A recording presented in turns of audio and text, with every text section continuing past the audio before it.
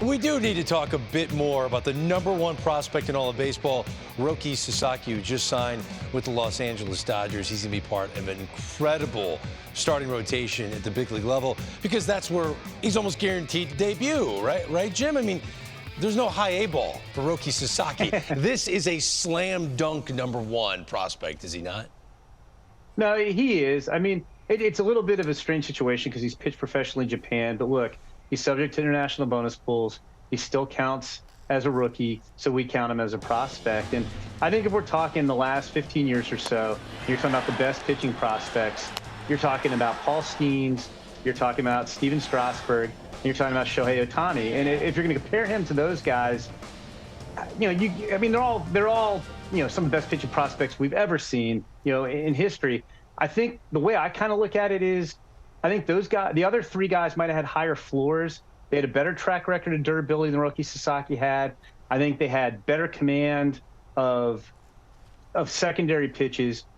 In terms of ceiling, you could say Sasaki has the highest ceiling of any of these guys. I think that splitter is the best pitch in the world right now. And if the Dodgers help him get better with the fastball command and slider, he ultimately might be better than Skeens or Ohtani or Strasburg. And Jonathan, is that it? Is that the only area of development that he needs, which is fastball command?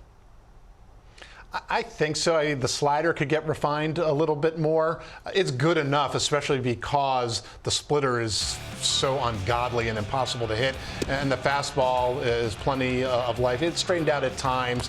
I think the other thing is, if he can add a little more strength, just because there are some very tiny durability concerns. He missed some time last year. The velocity was down just a little bit. We're splitting hairs with a guy that's good. And to Jim's point, it was like when everyone knew Steven Strasburg was going to be the #1 pick in the draft, you'd find the little tiniest things to pick apart when a guy is that highly profiled. And he was going to go into a rotation as quickly as both Strasburg and obviously Ohtani did.